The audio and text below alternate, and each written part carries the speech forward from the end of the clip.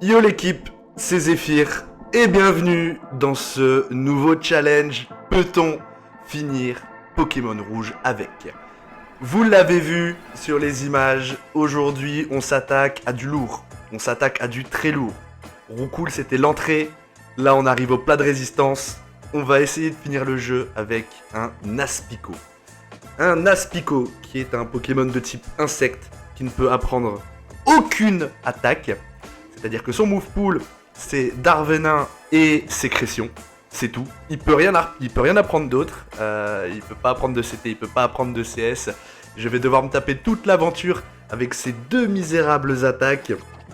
Et avec des stats complètement éclatées.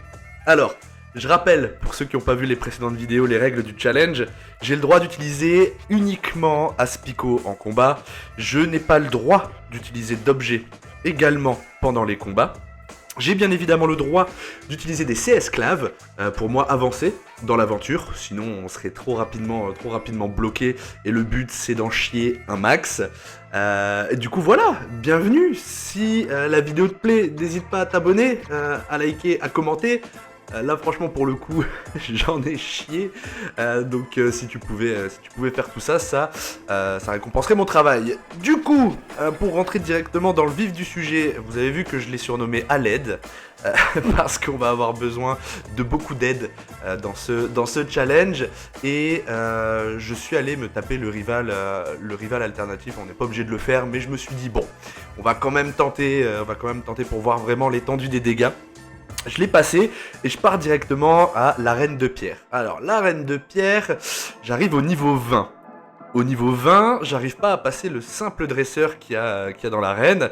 Du coup, je décide de m'entraîner jusqu'au niveau 23. Parce qu'effectivement, si j'arrive pas à passer ce dresseur, c'est mort pour passer pierre, justement. Donc c'est un petit peu le test hein, pour moi savoir vers quel niveau je vais aller le battre. Là, je suis niveau 23. On voit que je passe le combat et du coup, c'est parti. J'arrive au niveau 23. Et là, il va se passer quelque chose d'absolument exceptionnel. Je vais empoisonner son racaillou. Et là, je me rends compte que Pierre a des total soins. Le jeu, je crois que je le connais par cœur. J'ai jamais vu Pierre utiliser de total soins. Donc visiblement, il a des total soins. Peu importe. Et on voit que le jeu est complètement buggé. Parce qu'après ça, je rate toutes mes attaques. Il n'y en a plus une seule qui passe. Il n'y a plus aucun Darvenin qui passe. Donc je pense que le jeu est buggé. On n'a pas le droit d'empoisonner les Pokémon Roche, visiblement, sinon après, on les touche plus. Du coup, là, je me mets déjà en réflexion de comment je vais pouvoir passer ce très gros problème.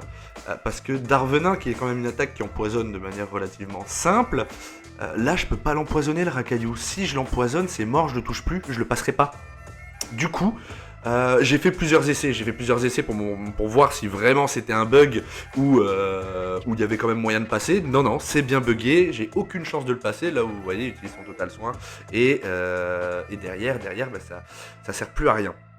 Du coup, j'ai trouvé une seule technique pour passer outre ce bug, qui est d'utiliser l'attaque lutte. Alors l'attaque lutte, pour ceux qui ne savent pas, c'est quand on n'a plus aucun PP dans aucune catégorie, ton Pokémon utilise l'attaque lutte qui lui fait perdre également des points de vie.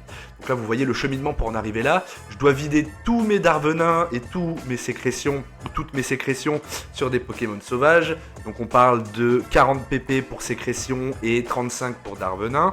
Et je retourne affronter Pierre, du coup sans plus aucun PP, pour voir comment ça se passe. Du coup, je reviens niveau 30. Oui, alors je suis niveau 30, hein, vous l'avez vu, c'est un plaisir. C'est un plaisir de monter niveau 30 dans ces zones de jeu. Je vous raconte pas le bonheur que ça a été, et surtout le temps que ça m'a pris. Mais au final, j'arrive à passer le racaillou avec mes attaques luttes. On voit que je perds de la vie quand même en les envoyant. Et là, on a le Onix. Alors le Onix, le problème avec lui, ça va être l'attaque patience. Parce qu'effectivement, s'il m'envoie une patience, je vais prendre beaucoup de dégâts vu que je suis obligé de le toucher avec l'attaque lutte. Et là, on voit que ça se joue à que dalle, ça se joue à pas grand chose. Mais sa patience me tue. On revient pour un combat suivant. Là, on voit qu'il me reste seulement 21 points de vie pour me battre contre l'Onyx. C'est limite pas la peine. J'arrive quand même à le tenir un petit peu. Je perds un point de vie par un point de vie avec l'attaque lutte. Bon, là, je vais me tuer avec. De toute façon, ça sert à rien. Ça sert à rien. Du coup, je décide de revenir niveau 36 pour affronter Pierre. Je suis niveau 36 pour le premier badge de ce challenge avec un Aspico qui met une plombe à monter de niveau. Roucoule, c'était que dalle à côté. Je me suis éclaté avec Roucoule. Là, je suis vraiment dans un niveau de... J'ai même pas les mots en fait. Je suis complètement devenu taré avec ça. C'est interminable. Je suis revenu niveau 36 pour espérer battre Pierre. Et au final, on va voir que ça va passer. J'envoie le coup critique, j'en termine avec le Onyx. Premier badge en poche, niveau 36. Aled est en route pour devenir l'un des plus grands champions de cette version. On arrive directement à Azuria. Je vous passe le Mont Sélénite qui a été une formalité vu les niveaux d'avance que j'avais. Du coup, là, plusieurs options qui s'offrent à moi, soit aller directement à l'arène, soit aller me battre contre le rival et faire les hauts. Je décide d'aller combattre le rival, et qui, pour le coup, va s'avérer assez simple. Alors, j'empoisonne son roucoups d'entrée de jeu, ce qui diminue fortement ses attaques. Du coup, je peux m'en débarrasser quand même assez facilement. Les deux autres sont un Abra et un Ratata. Clairement, c'est pas des Pokémon dangereux à ce stade. On voit que je fais quand même pas mal de dégâts, en plus en coup critique. Et à ce stade, il a encore un Salamèche. Un Salamèche griffe qui va plutôt bien se passer. Le rival est vaincu. Et tout va bien. Je peux continuer d'avancer. Je tente pas l'arène maintenant. Je me dis que ça sert à rien. Je vais faire le pompe-épite. Je me dis que ça va rouler. Et là, je me retrouve bloqué contre ce dresseur qui a un Abo et un Nosferapti. Son Nosferapti me rend littéralement dingue. Il me fait péter un plomb avec ses ultrasons. Et son attaque vampirisme. Il est niveau 14. Et j'arrive pas à passer ce Nosferapti. C'est mort. Du coup, je décide de tenter Ondine. On voit que le Starry est bidon, comme pour Roucoule. Le problème, ça va être lui.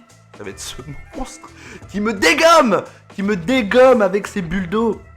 Du coup, je décide de m'entraîner jusqu'au niveau 42 pour aller affronter un Nosferapti niveau 14. Je suis niveau 42, j'arrive quand même à le passer. Je vais voir Léo. Je récupère le pass pour l'Océane. Et puis je me dis qu'il est temps de retourner voir notre chère Ondine pour voir un peu comment ça va se passer avec mes nouveaux niveaux. Du coup, j'y retourne niveau 42, on voit que le Starry n'est toujours pas un problème, il ne fait pas grand chose. Par contre, le Staros, c'est une calamité. Là, on voit qu'il va me faire que des pistolets à eau sur cette game. J'arrive à l'empoisonner, mais j'arrive quand même pas à le tuer. Il me tape trop fort, je lui fais pas assez de dégâts. Du coup, je vais m'entraîner jusqu'au niveau 44. En fait, c'est le challenge de l'entraînement. Vous allez voir que je vais passer ma vie à m'entraîner. Je reviens niveau 44, son Buldo qui me dégomme avec ses coups critiques. Et ça passe pas, j'ai fait 1 milliard de combats contre elle, ça passe pas. Du coup, qu'est-ce que je fais ? Je vais m'entraîner, je reviens niveau 48. Niveau 48 pour espérer enfin battre ce Staros. On voit que son Buldo me fait mal, 2 fois de suite, il me reste 17 points de vie. Pistolet à eau, 1 point de vie, c'était là, et non, c'est raté. Mais je vois qu'il manque plus grand chose. C'est l'intelligence artificielle à ce stade qui va me faire gagner. Il faut qu'elle fasse n'importe quoi. Et je me dis que ça peut passer. J'envoie un coup critique. Il m'envoie un coup critique. 6 points de vie. Et là, j'arrive à battre Ondine. 2e badge, niveau 48. Là, je me dis qu'il n'y a plus rien qui va l'arrêter. Aspico est parti pour rouler sur le jeu, simplement. On va rouler sur le jeu avec Aspico. Du coup, direction Carmin-sur-Mer. Je vais sur l'Océane et je décide d'aller affronter le rival. À ce stade, je suis confiant, je me dis que je suis quasiment niveau 50. C'est pas le rival de l'Océane qui va m'inquiéter. C'est pas le rival de l'Océane qui va m'inquiéter, non. Son Roucoups passe facilement, son Ratatak passe facilement, son Kadabra, qui ne connaît que téléport, passe facilement. Par contre, il a un reptincelle. Il a un reptincelle avec Flamèche qui va me poser quelques problèmes. Notamment, c'est un 3 HKO. Il me tue. Bon, il manque pas grand chose, je décide d'y retourner quand même. J'essaye de le passer, et celui-là, il va passer clairement sur un coup de chance. Il va clairement passer sur un coup de chance. Les 3 premiers, on le voit, hein, c'est pas un souci, j'arrive à m'en débarrasser hyper facilement. Par contre, le dernier reptincelle, si j'avais pas eu ce coup critique salvateur pour le tuer, je pense que je serais encore dessus. Je pense que je serais encore dessus à l'heure actuelle et que vous auriez pas encore vu cette vidéo. Ou alors j'aurais dû aller m'entraîner peut-être jusqu'au niveau 55, peut-être, je sais pas. mais voilà, il va me rester 19 points de vie et là, le coup critique. Le coup critique qui me sauve. Je passe niveau 49 et là, je me dis, allez, je vais affronter le Major Bob. Je me dis que pourquoi pas, j'ai quand même pas mal de niveaux d'avance. Son Voltorb et son Pikachu m'inquiètent vraiment pas. C'est plutôt le Raichu qui me fait me questionner. Est-ce que je suis capable de le battre à ce niveau? Donc on voit que le Voltorb et le Pikachu, effectivement, ça pose pas de problème du tout.